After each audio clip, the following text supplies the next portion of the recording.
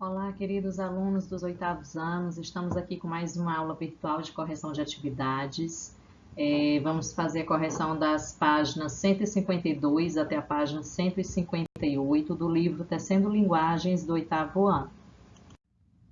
Bem, na página 152 nós temos aqui um artigo de opinião que vem falar sobre o futuro da educação, que educação vem a ser o tema, né, do capítulo 5. Vamos falar bastante sobre essa temática durante as nossas atividades, né, e também com relação aos gêneros textuais, tratarão também sobre essa temática.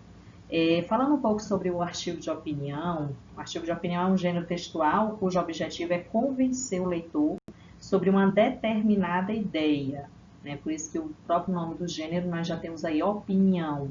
Então é a opinião do escritor sobre algum determinado conteúdo, né? A sua posição, e ele tenta influenciar o leitor, transformando assim os seus valores a favor da sua posição, né? A favor da sua tese.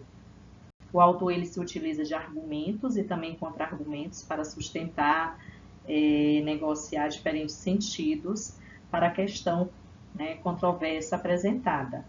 Esse gênero geralmente ele é publicado em jornais, revistas, impressos ou digitais, como por exemplo blogs, sites ou também portais de notícias, sendo que as opiniões que são apresentadas nesse gênero são de responsabilidade de quem o assina e não de quem o publica. Então, aqui nós temos 3 questõezinhas introdutórias, que nós temos aqui como respostas pessoais, né, que vem fazer uma introdução sobre a temática que será tratada aí no artigo de opinião. Né? Que futuro para a educação brasileira você vislumbra, né? Você imagina, você deseja?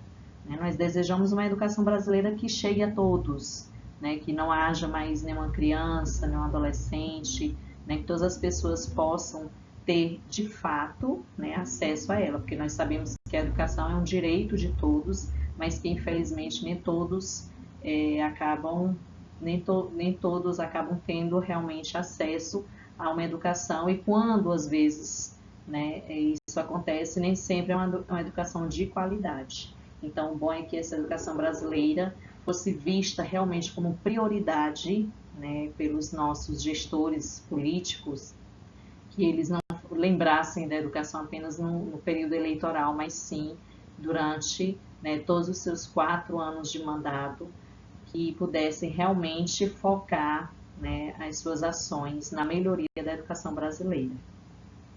Na segunda questão aí, né, introdutória, nós temos, em sua opinião, para que serve tudo que você aprende na escola? Então, vocês sabem que o ser humano ele não adquire conhecimento apenas na escola, ele já vem para a escola, né, portando com certeza aprendizagens que ele adquiriu na sua convivência diária com a família, com as pessoas mais próximas, né, a ela. Então todos nós aprendemos também com o mundo, né, com a vida, não somente na escola. Essa aprendizagem que você vem adquirir na escola, em termos de conhecimentos teóricos, né, o que você vem aprender nos livros, elas lhe serão, esse conhecimento lhe será útil, principalmente na hora de você prestar concursos, quando você for atrás de um bom emprego, né, uma boa carreira. Então, tudo isso requer conhecimentos acadêmicos, né? Que é geralmente o que você vem adquirir na escola. Mas lembrando que a escola também, né, ela tem a função de formar cidadãos, não somente instruí-los com relação a esses conhecimentos acadêmicos, mas também transmitir a vocês valores, questão de você também na escola aprende a seguir regras, a obedecer normas, a conviver com o outro, né, com as diferenças, porque numa sala de aula nós temos muitos alunos e cada um com um tipo de educação que já vem trazendo de casa, né, e que ao conviverem diariamente durante um ano letivo, né, por exemplo, vocês em alguns momentos podem haver algumas divergências de opiniões, mas na escola que vocês vão aprender a respeitar a opinião do outro, a respeitar as suas diferenças também. E a terceira questão, o que você imagina que vai ser discutido no artigo de opinião a seguir? Então, pela própria temática, né, vem falar sobre a questão, né, da educação. Pelo próprio título aí já podemos imaginar, o futuro da educação. Então, fazendo aqui a leitura rapidinho, vamos acompanhar aí na página 152. Eu sei que no slide não está muito visível, mas vocês podem acompanhar diretamente pelo livro. Então, esse é um artigo de opinião de Emerson dos Santos, foi escrito em 3 de julho de 2017 e foi publicado em um blog, né? Nós temos aí embaixo a referência, né, o endereço eletrônico onde foi publicado esse artigo de opinião. Todos nós, ao lançar os olhos para o horizonte, questionamos qual o melhor caminho para o futuro. Uma coisa é certa, para chegar bem ao destino final, é preciso enxergar a educação como uma das principais ferramentas de transformação do mundo. Aprender deve ser o ponto de partida de qualquer pessoa que busca realização e sucesso numa sociedade cada vez mais exigente e dinâmica. O desafio atual é garantir que o processo de aprendizagem seja mais efetivo. Afinal, educar não significa apenas transmitir conhecimento. Escola e professores devem servir como um guia norteador que leva o aluno ao aprimoramento de suas capacidades intelectuais, sociais e políticas, promovendo o desenvolvimento humano. E a evolução da educação deve seguir o princípio de que o aprendizado é construído a partir da realidade do aluno. O interacionismo valoriza a bagagem que cada indivíduo traz de seu cotidiano e a partir da percepção da realidade que ele já possui. Estimula a busca do conhecimento. O processo educativo torna-se, assim, mais adequado ao mundo atual. No conceito do interacionismo, não é possível oferecer ao aluno a aprendizagem de conteúdos conceituais sem considerar seus modos de agir e pensar, suas crenças e valores. O que nos leva a concluir que não há separação entre vida e educação. E ainda, se enxergarmos para além da figura de cada aluno, a importância da formação do cidadão, vemos que é preciso prepará-lo para muito além do vestibular e ingresso em uma faculdade. Vencida a etapa do ensino superior, existe uma vida inteira a ser vivida.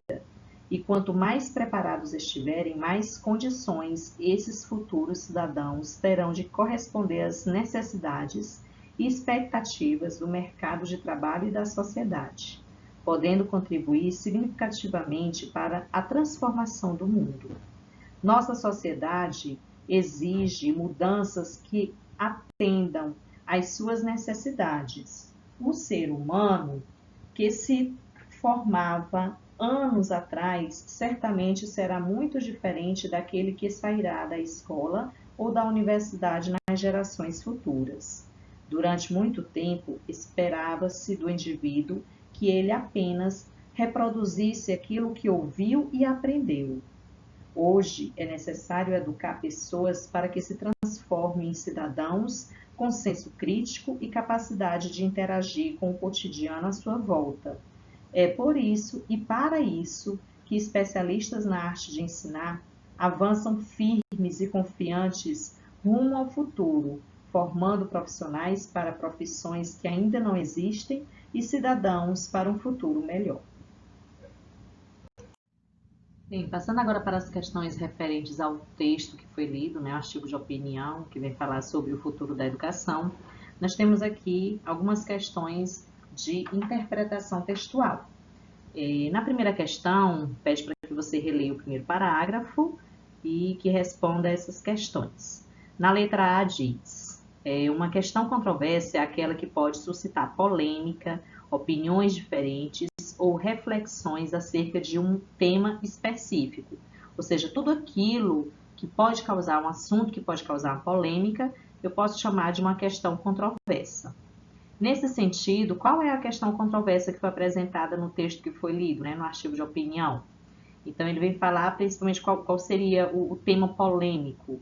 né? Seria a questão da incerteza diante do futuro, das próximas gerações, e o questionamento sobre o melhor caminho para se chegar bem a esse futuro, que ele vem apresentar como sendo o melhor caminho, seria a educação.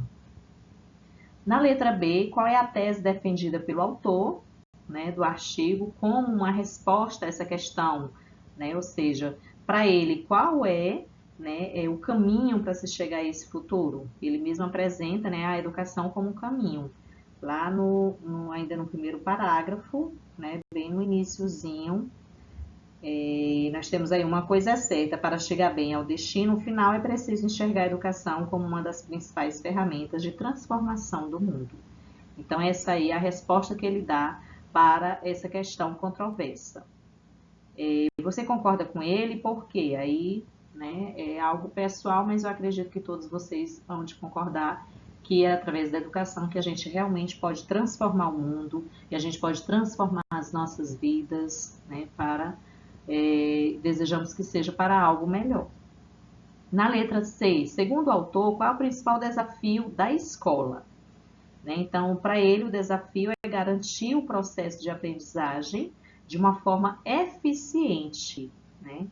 E que essa aprendizagem, essa educação chegue realmente para todos, né? Que possa ter efeito real. Não só, ele coloca que a educação não tem que somente passar aprendizagens voltadas para transmitir conhecimentos, mas principalmente também focar na questão da formação como cidadão, no desenvolvimento humano por completo. Na segunda questão, nós temos aí um trecho do texto, e na letra A pede para que você pesquise no dicionário as palavras efetivo e transmitir, quais são os seus significados. Efetivo, né, quer dizer capaz de produzir, né, um efeito real. E transmitir quer dizer passar algo para alguém, transferir. E na letra B, explique por que o autor coloca em confronto as ideias de processo de aprendizagem mais efetivo e transmitir conhecimento nesse argumento. Eu acabei não lendo aí, o trecho destacado foi: o desafio atual é garantir que o processo de aprendizagem seja mais efetivo. Afinal, educar não significa apenas transmitir conhecimento. Escola e professores devem servir como um guia norteador que leva o aluno ao aprimoramento de suas capacidades intelectuais, sociais e políticas, promovendo o desenvolvimento humano. Então, aí ele coloca que o processo de aprendizagem, para que seja mais efetivo, os alunos, eles também precisam ir atrás desse conhecimento, né? O professor, ele tem que ser apenas, né, um norteador, um guia norteador. A partir desse processo, mas não pode ser um fim em si mesmo, pois pode não ter um efeito real na sociedade. E aqui na letra C, nós temos, em sua opinião, como seria possível garantir um processo de aprendizagem mais efetivo na prática? Né? E explique. Esse processo mais efetivo, né, no caso, seria possibilitar também aos alunos irem atrás dos seus conhecimentos, que é até uma das formas que nós estamos agora, né, da educação, disponibilizando a vocês através da educação das aulas virtuais. Os alunos estão tendo mais, né, que buscar esses conhecimentos. Nós estamos servindo mais como um guia norteador. E isso acaba trazendo para o aluno uma aprendizagem mais efetiva, porque ele não vai encontrar as respostas prontas, ele é quem vai atrás, né, das suas próprias respostas, ele é quem vai trilhar os seus caminhos. Segundo o autor, quais seriam os papéis do professor e da escola para uma aprendizagem mais efetiva?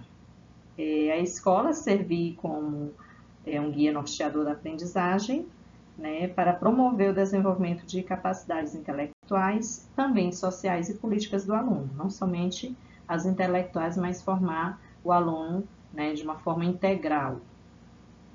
E na letra E, da segunda questão, que seria, na prática, o aprimoramento das capacidades intelectuais, sociais e políticas dos alunos, né, e exemplifica. E vocês iriam explicar o que seria, de fato, essa aprendizagem, né, que está mais voltada à questão da atividade humana, né, aplicando os conhecimentos aprendidos na escola e construídos, né, através também da convivência com o outro.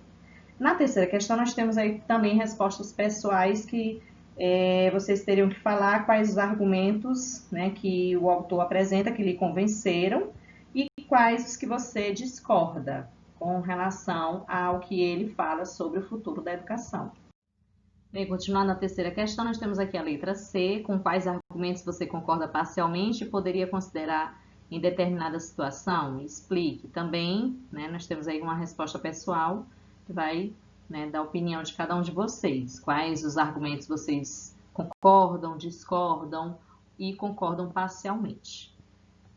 Na letra D, quem é que assina o texto? Nós temos lá o nome do autor, que é Hermeson dos Santos, e o que legitima escrever sobre a educação, né? Ele é um dos diretores de um grupo educacional, então ele tem um respaldo para falar sobre esse assunto. Na quarta questão, referente ainda ao texto, nós temos aqui um trecho. O interacionismo valoriza a bagagem que cada indivíduo traz de seu cotidiano e, a partir da percepção da realidade que ele já possui, estimula a busca do conhecimento. O processo educativo torna-se, assim, mais adequado ao mundo atual. Na letra A, o interacionismo é uma concepção de educação. Com a ajuda do professor, pesquisa e seleciona informações e produz uma definição sobre interacionismo. Então, aí vocês teriam que fazer uma pesquisa a respeito desse termo aí, que, na verdade, interacionismo seria você,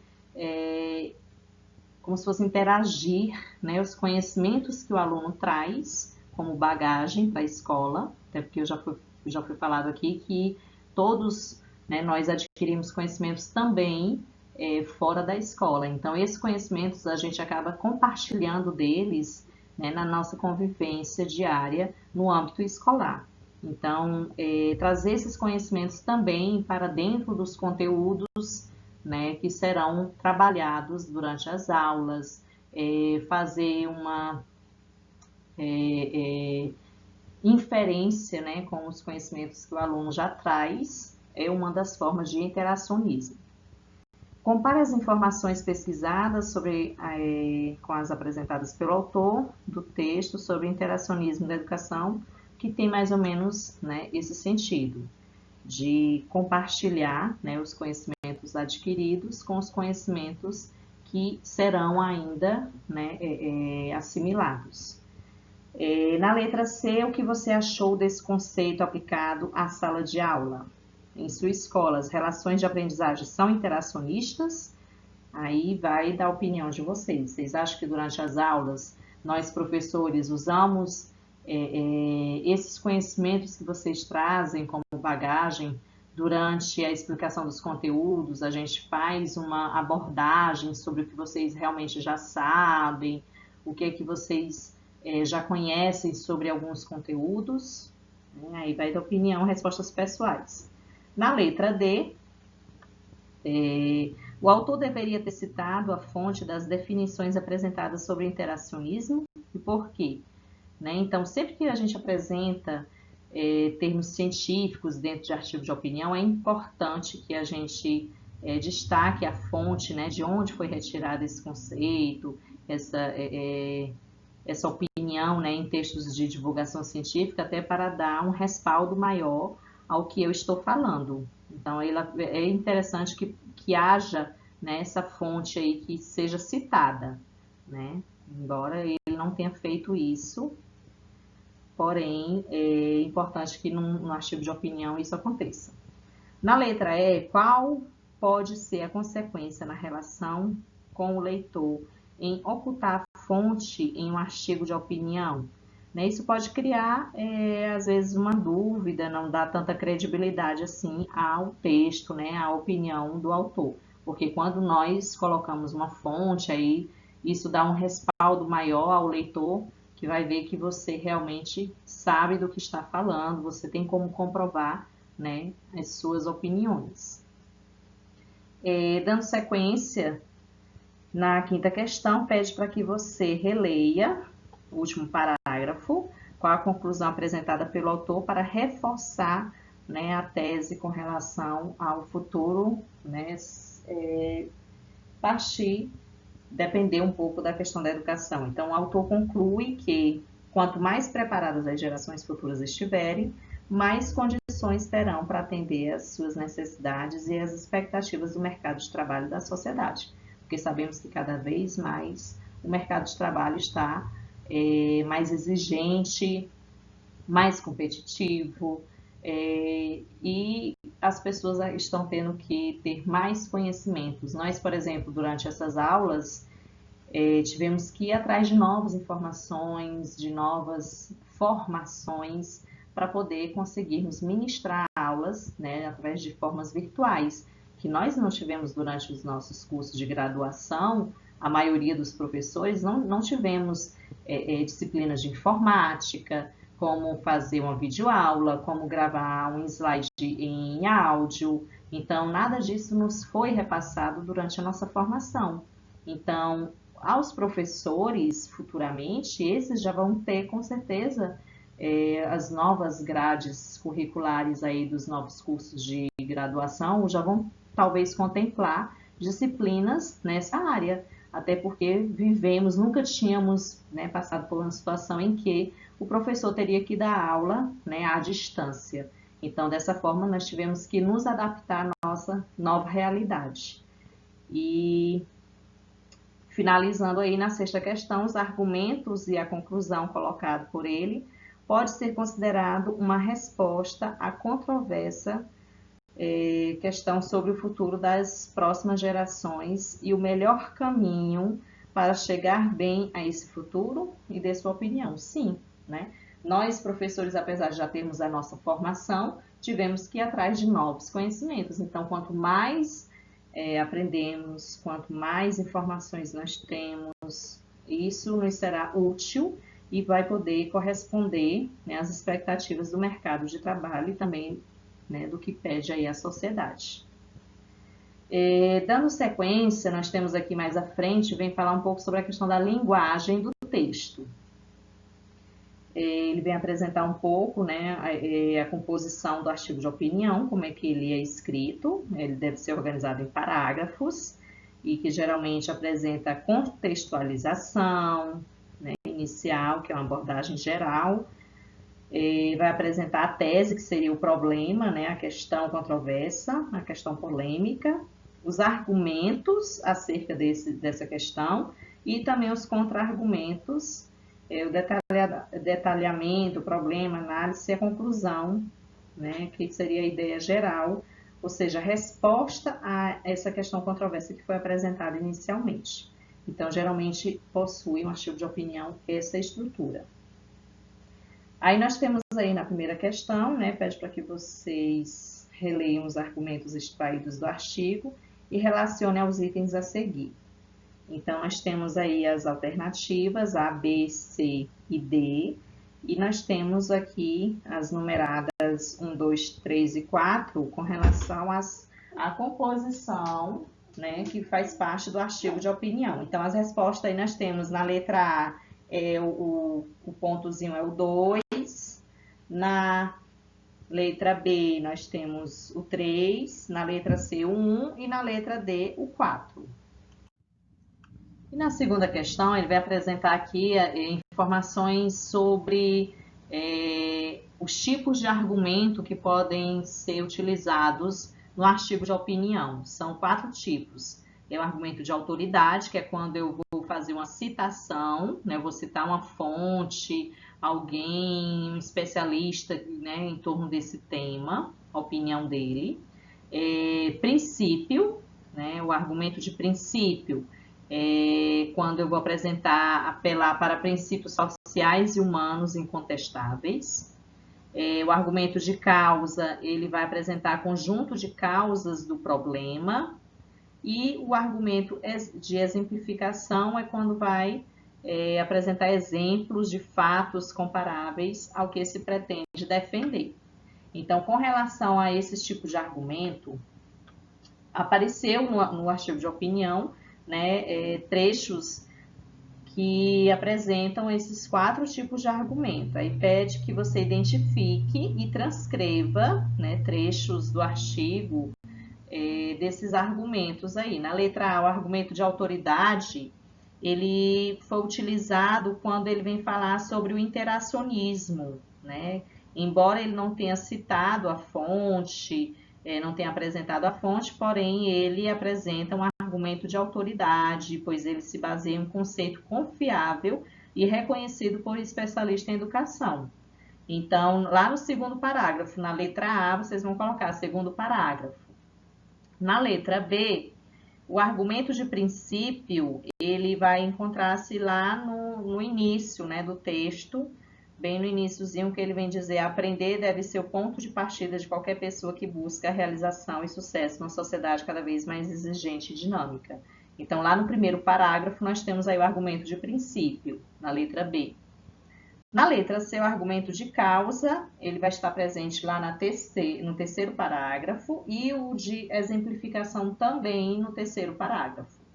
Viu? Então, a resposta aí da letra A é segundo parágrafo, letra B, primeiro parágrafo, e letra C e letra D no terceiro parágrafo. Caso vocês queiram destacar esses trechos, né, copiar, aí estão situados nesses parágrafos aí. Na terceira questão, vocês iriam transcrever no quadro quais as palavras ou expressões que marcam uma avaliação de concordância. Concordância, então, nós temos aí com certeza, certamente, é certa, é preciso. Então, esses termos aí, essas expressões, elas concordam, né? São expressões que marcam, né, de que eu concordo com a opinião, com o argumento que eu estou apresentando. E expressões que marcam uma discordância são essas que apresentam a palavra não. Não há, não é possível, não apenas, né? Então, essas elas são de discordância. Na quarta questão, nós temos aí, pede para que vocês observem os tempos verbais e as pessoas que foram usadas no discurso. Na letra A, que pessoa do discurso é usada no artigo de opinião e por que é feito esse uso. Então, lá no artigo de opinião, ele utiliza a primeira pessoa do plural, né, que é o nós, e refere-se ao leitor como você. Por que ele usa, né, essas pessoas do discurso? Para tentar criar aí uma proximidade com o leitor, né, de modo a tentar convencê-lo sobre as suas ideias. Na letra B, em quais partes do texto é usado o presente do indicativo ou atemporal? Qual é a razão desse uso? Então, o presente do indicativo é usado quando se refere aos desafios, né, da educação atual, e esse uso é feito para produzir, né, um sentido de objetividade, de atualidade com relação às suas reflexões, né, sobre a temática. E na letra C, em qual parte do texto é usado o pretérito? Pretérito é a mesma coisa que passado, né? Por que é feito esse uso? O autor ele utiliza o pretérito quando ele vai tentar, né, dialogar com o leitor, tentando retomar algo que teria pensado, e para apresentar também a exemplificação de como era a escola antes.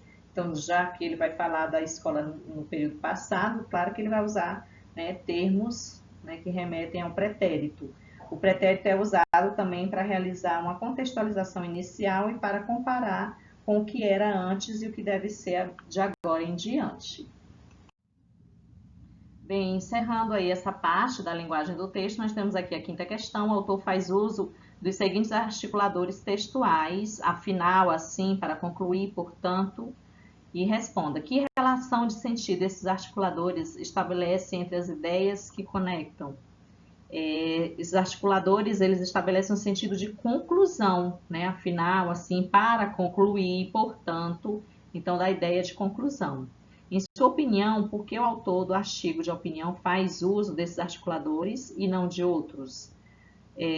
Justamente, né, para tentar não dar margem, né, para refletir sobre os argumentos e negociar ideias, pois ele apresenta de forma a concluir como sendo uma verdade inquestionável. Então, a forma que ele utilizou esses argumentos conclusivos é como se ele realmente estivesse dizendo que é dessa forma e ninguém vai poder contestar, né? Passando aqui para a parte de reflexão sobre o uso da língua, o conteúdo gramatical que foi trabalhado, né, nas nossas aulas anteriores foi sobre vozes do verbo. Professor, e verbo fala para ter vozes? Né? Vocês podem estar se questionando sobre isso. Na verdade, o verbo, vocês devem ter aprendido com relação ao conceito do verbo, que são palavras que indicam ação, estado, fenômeno da natureza, né? Então, alguns verbos, eles podem apresentar uma ação ativa ou uma ação passiva, ou seja, quando vocês vão ter que observar quando o sujeito daquela oração, né, porque para ser oração precisa conter verbo, então quando o sujeito dessa oração, você observa que ele está praticando a ação, então nós vamos poder dizer que o verbo ele vai estar na sua voz ativa, né, ele está ativo, ele está praticando. E quando o sujeito da oração, a gente percebe que ele sofreu a ação do verbo, alguém que realizou aquela ação, e ele foi paciente, ele foi o alvo, né? Por isso que é chamado de voz passiva, viu? Quando ele sofre a ação verbal. Então, vamos vendo aqui as questões que você vai ficar um pouco mais claro com relação, né, a esse conteúdo, e no decorrer da explicação nós temos aqui alguns trechinhos, né, apresentados no livro de vocês, que vem apresentar um pouco o conceito dessas vozes do verbo. Na primeira questão, ainda fazendo uso, né, de trechos do texto que nós trabalhamos, nós temos aqui, pede para que vocês releiam, né, esse trecho e observar bem os verbos que estão destacados. Então, nós temos aqui a frase: o interacionismo valoriza a bagagem que cada indivíduo traz de seu cotidiano. Então, na letra A, pede para que você identifique os sujeitos correspondentes aí às formas verbais valorizar, valoriza, e traz, aí do verbo trazer. Então, quem seria o verbo de valoriza? Quem valoriza, né, a bagagem? Quem valoriza é o interacionismo. Interacionismo é o sujeito de valoriza. E o sujeito de traz? Quem traz, né, de seu cotidiano? Aí, quem traz é o indivíduo, que vem a ser o sujeito do verbo traz. Na letra B, esses sujeitos são agentes ou sofrem a ação do verbo? Eles estão praticando ou eles estão sofrendo a ação? Então, o interacionismo ele valoriza e o indivíduo traz. Logo, a gente percebe que os sujeitos eles são agentes, eles praticam a ação verbal. Qual é a transitividade desses verbos nas orações que compõem? Eles precisam de complemento, e quais são seus objetos? Porque todo verbo que pede complemento vai ter como complemento um objeto, né? Então, nós vamos aqui reforçar um pouquinho o assunto de transitividade verbal, que também já foi trabalhado com vocês. Nós temos aqui o verbo valoriza. Então, quem valoriza, valoriza algo. O interacionismo valoriza. Se eu tiver essa frase só até aqui, vocês logo veriam que está faltando algo, né? A frase não estaria no seu sentido completo. Logo, o verbo ele é um verbo transitivo porque ele pede complemento. Quem valoriza, valoriza algo, alguma coisa. Valoriza o quê? Se eu fizer a pergunta o que ou quem para o verbo, eu vou ter um verbo transitivo direto. Ele vai ligar-se ao seu complemento sem o uso da preposição.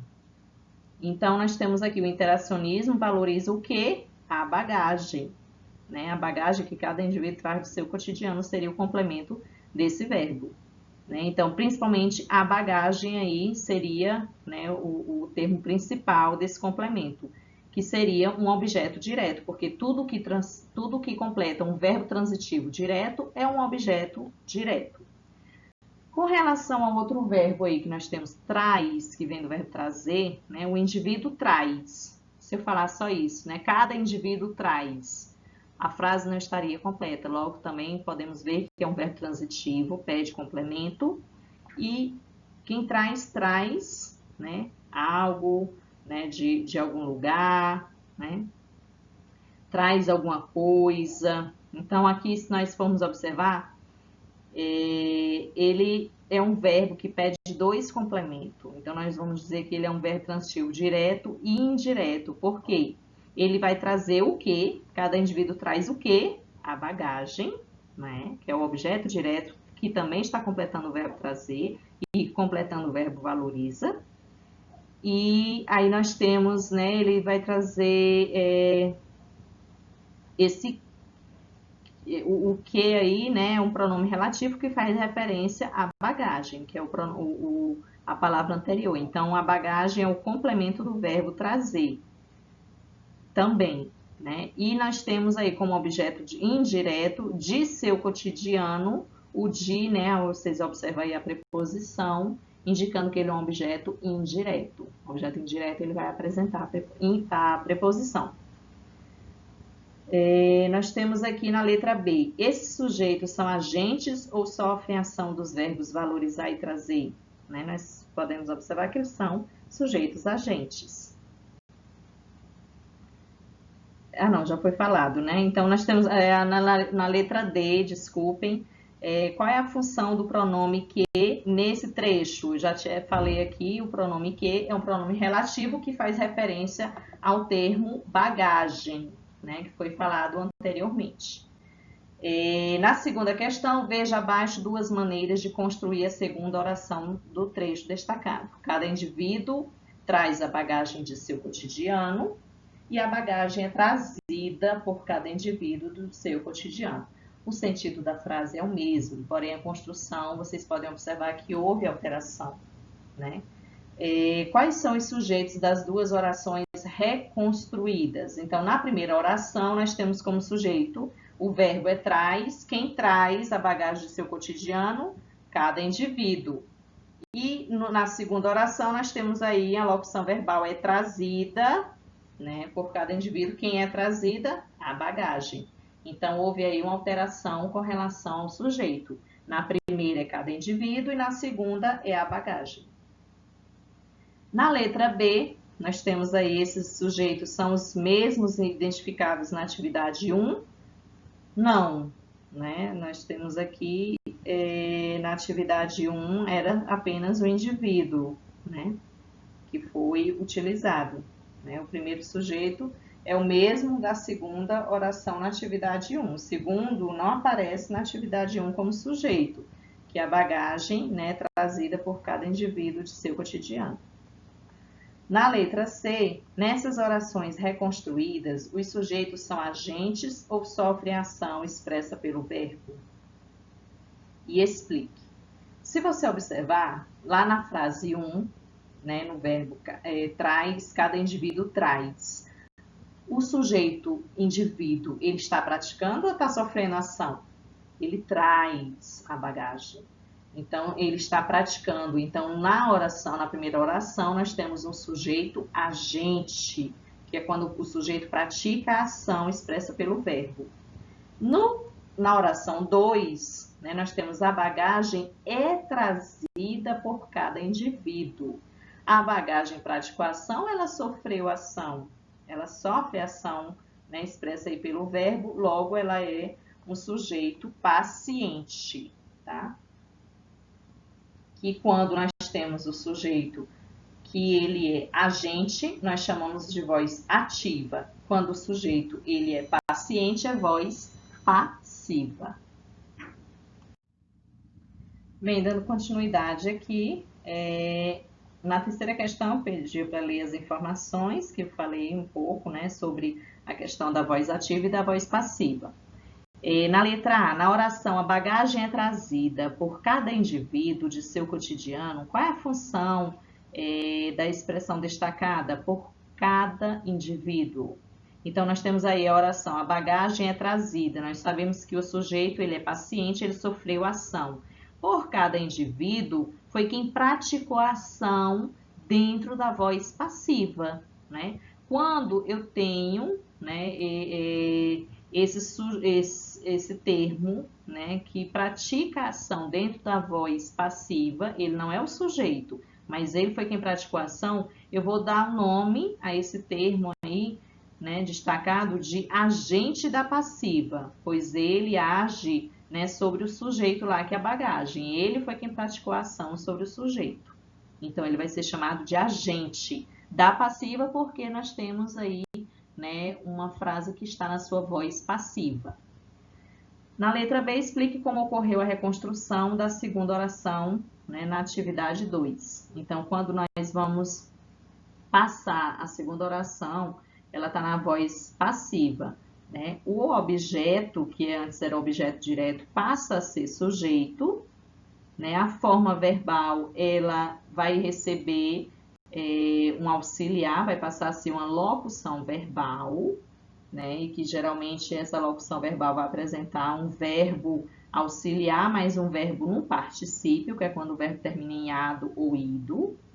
E o particípio, né, que tem a ver aí que ele está sofrendo ação, e o sujeito ativo, que antes era lá na primeira oração, ele passa a ser o agente da passiva, né, como introduzido aí pela preposição por.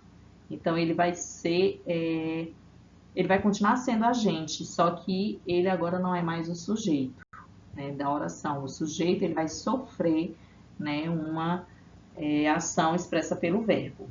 Então, na quarta questão, pede para que vocês reproduzam, através aí no quadro, as informações que faltam sobre a mudança de voz, né, da voz ativa para a voz passiva, como é que ela acontece. Aí nós temos aqui, né, o exemplo, a educação transforma os cidadãos e o mundo. Aqui nós temos uma frase que está na sua voz ativa, né? A educação transforma, o sujeito está praticando a ação expressa pelo verbo. Transforma o quê? Os cidadãos e o mundo, que ele é um objeto direto. Então, tudo que é objeto direto, quando ele vai para outra oração, da voz ativa para a voz passiva, o que é que acontece? Quem é objeto direto passa a ser sujeito. Então, os cidadãos e o mundo, que é objeto direto lá na voz ativa, ele vai ser sujeito na voz passiva. Bem abaixo nós temos os cidadãos e o mundo sendo sujeito da oração na voz passiva. Vocês podem observar o verbo transforma. Então, ele está no presente, né? Então, o verbo auxiliar ele vai estar também no mesmo tempo do verbo lá da oração na voz ativa, o verbo auxiliar. E o verbo principal, ele vai estar no particípio, que é quando ele vai terminar em ado ou ido. Então, nós temos aqui, são transformados. O são está, né, um verbo auxiliar que está no presente também, da mesma forma que transforma está no presente. E transformados é o verbo principal colocado no particípio. E quem era o sujeito na voz ativa? Era a educação, né? Não foi a educação que transforma? Então, a educação era o sujeito da oração na voz ativa. Quando vai para a voz passiva, ela passa a ser agente da passiva, que é quem vai praticar a ação dentro da voz passiva, viu? Então, completando aí o quadro, vocês teriam que colocar o sujeito na voz ativa, ele é um sujeito agente, e na voz passiva ele passa a ser um agente da passiva. O objeto, lá na voz ativa, ele é objeto direto, e na voz passiva ele vai ser um sujeito paciente, porque é um sujeito que vai sofrer ação verbal. E nós temos aqui o verbo está no presente do indicativo. Quando vai para a voz passiva, o verbo auxiliar, ele vai estar no mesmo tempo, né, do verbo lá na voz ativa, no presente, e o verbo principal, ele vai estar no particípio, que é quando ele é terminado em ado ou ido. Então, essas aí seriam as informações que vocês iriam complementar dentro aí do quadro, tá? E complementando aí com relação à voz passiva, nós temos aqui falando um pouco sobre a voz passiva, que ela pode ser também classificada como passiva analítica e passiva sintética. A passiva analítica é quando eu vou ter expressa por uma locução verbal formada pelo verbo ser, mais o verbo, né, principal estando no particípio passado, que é quando ado ou ido, né? Que foram os exemplos que foram apresentados até agora. Eram voz passiva analítica, verbo auxiliar e verbo principal no particípio. A voz passiva sintética, ou também chamada de pronominal, ela vai ser expressa com acréscimo do pronome pessoal se, pronome pessoal oblíquo se. E esse se, ele vai desempenhar a função de partícula apassivadora. Né? A forma verbal vai estar na terceira pessoa do singular, ou também pode estar no plural, né? E vai estar junto a esse pronome pessoal se, que eu vou chamar de partícula passivadora. Então, aqui, valoriza-se a bagagem de cada indivíduo. É como se eu dissesse, a bagagem de cada indivíduo é valorizada. Né? Então, usando a voz passiva sintética, nós vamos ter aí o verbo na terceira pessoa do singular, mais a partícula se. Então, aqui, exigem-se mudanças. Mudanças são exigidas. Então, aqui nós vamos também, né, observar que nós temos aqui o verbo em terceira pessoa do plural, pode ser terceira do singular ou terceira do plural, mais a partícula se. Professora, vocês podem estar se perguntando, e quando eu tenho o sujeito indeterminado também, né? Digamos lá a frase, precisa-se de funcionários. Funcionários são precisados? Né? Se a gente fosse colocar na voz passiva analítica, não, essa frase não teria sentido. Então, quando que eu vou saber se esse se, ela é de fato, né, uma partícula apassivadora, ou se esse se é um índice de indeterminação do sujeito, que vai indicar que a frase está, né, no sujeito indeterminado. Como que eu vou saber isso? Eu vou olhar para a transitividade do verbo. O verbo, para ele ter uma partícula passivadora, ele precisa ser um verbo transitivo direto, tá? Quando é que eu sei que um verbo é transitivo direto? Se eu faço a pergunta o que ou quem a esse verbo. Quem valoriza, valoriza algo. Valoriza o que? Né? A bagagem de cada indivíduo. Então, aqui eu sei que é um verbo transitivo direto. Se é um verbo transitivo direto, esse se, ele é uma partícula passivadora. Eu posso mudar essa frase para uma voz passiva analítica. Quando eu tenho aí, exigem-se mudanças, quem exige, exige algo, exige o quê? Mudanças. Se eu faço a pergunta o que ou quem, é verbo transitivo direto. Então, é bom vocês observarem isso, tá? Porque esse se também pode ter uma função de partícula passiva, índice de indeterminação do sujeito. Para ser partícula passivadora, o verbo ele tem que ser transitivo direto. Por exemplo, vou dar mais um exemplo aqui. Alugam-se casas. Alugam-se casas. E aí, esse se é partícula passivadora? Aí você vai ter que ver o verbo. O verbo é alugar. Alugam. Quem aluga, aluga alguma coisa. Alugam o que?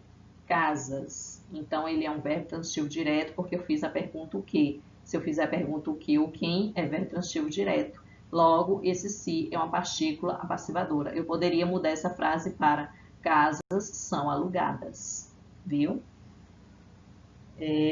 Verifique que o verbo concorda com o sujeito passivo, né, a bagagem e mudanças aí, por isso que ele pode apresentar-se tanto no terceira pessoa do singular ou terceira pessoa do plural, tá? E o uso da voz passiva dá mais ênfase, né, ao sentido expresso na ação verbal do que ao sujeito, tá? Então, acho que ficou bem claro aí com relação a essa voz passiva analítica e a voz passiva sintética. Bem, finalizando aqui a nossa correção, nós temos aí a última questão. Releia a oração do artigo de opinião e responda. Escola e professores levam o aluno ao aprimoramento de suas capacidades intelectuais, sociais e políticas. Quem é o sujeito aí do verbo, né, na voz ativa levar? Quem levam? Escola e professores. Na letra B, qual a transitividade do verbo levar? Quem leva, leva alguma coisa aí, né? Leva alguém a algum lugar. Então, ele é um verbo que pede dois complementos. Então, logo, ele é um verbo transitivo direto e indireto. O objeto direto seria o aluno, né? E o indireto ao aprimoramento. Ou seja, leva quem? o aluno, aonde há o aprimoramento de suas capacidades intelectuais, sociais e políticas. É um verbo que pede dois complementos, tá? Na letra C, nós temos aí como ficaria essa oração na voz passiva analítica, né? Quem é objeto vai passar a ser sujeito e quem é sujeito passa a ser agente da passiva. Nós teríamos aí a frase ficaria: o aluno é levado pela escola e professores ao aprimoramento de suas capacidades intelectuais, sociais e políticas. Na letra D, como ficaria essa oração na voz passiva sintética, que é quando eu vou usar o verbo, né, em terceira pessoa do singular ou do plural, mais a partícula se. Então, o levar, eu já sei que por ele ser também um verbo transitivo direto, ele é possível de ser usado a partícula passivadora se. Então, logo nós temos aqui, leva-se o aluno ao aprimoramento de suas capacidades intelectuais, sociais e políticas. Aí nós não sabemos quem leva, né? Houve aí nós colocamos aí a escola e os professores não aparecem dentro da oração, né, na voz passiva sintética. E qual efeito de sentido é produzido quando se passa da oração para a voz passiva? Né? Nós vamos ter aqui um efeito de sentido produzido com o uso da voz passiva nessas orações, foi o de dar ênfase, né, aos alunos e também o resultado, né, das práticas educativas. Então, chegamos aqui ao final de nossa correção. Essa outra atividade, aplicando conhecimentos, vocês terão a explicação dela nos próximos slides. Espero que tenha ficado bem claro com relação a esse assunto, né? E até a nossa próxima aula. Um grande abraço a todos.